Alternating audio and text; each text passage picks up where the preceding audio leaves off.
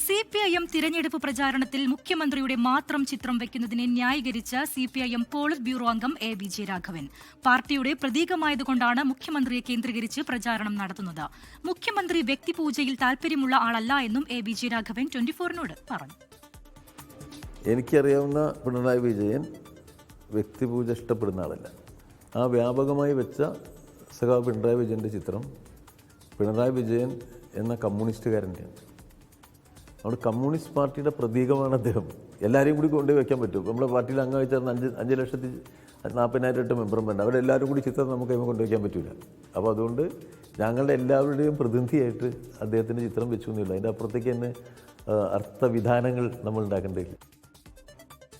Party വിട്ടുപോയവർ പഴയ 2000 രൂപ നോട്ടെന്ന CPIM polit bureau അംഗം A. വിജയരാഘവൻ. പഴയ 2000 രൂപ നോട്ടിന് ഇപ്പോൾ വിലയില്ല. മുൻ മന്ത്രി G. സുധാകരൻ നടത്തിയത് വഞ്ചനയെന്നും A. വിജയരാഘവൻ കുറ്റപ്പെടുത്തി.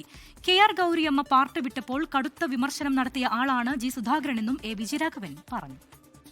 പാർട്ടിക്ക് പുറത്തു പോയിട്ടുള്ള ഒരാൾക്ക് അദ്ദേഹത്തെ വാക്കുകൾക്ക് മൂല്യമില്ല.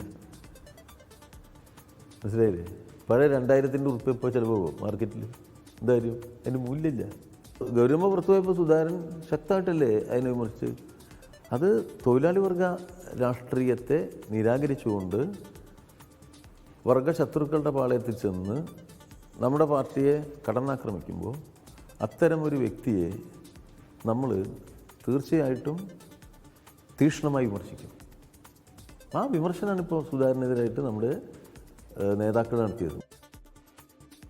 24 പ്രതിനിധി R. ശ്രീജിത്തുമായി നടത്തിയ പ്രത്യേക അഭിമുഖം നയം നിലപാടിലാണ് A. വിജയരാഘവൻ നിലപാട് വ്യക്തമാക്കിയത്.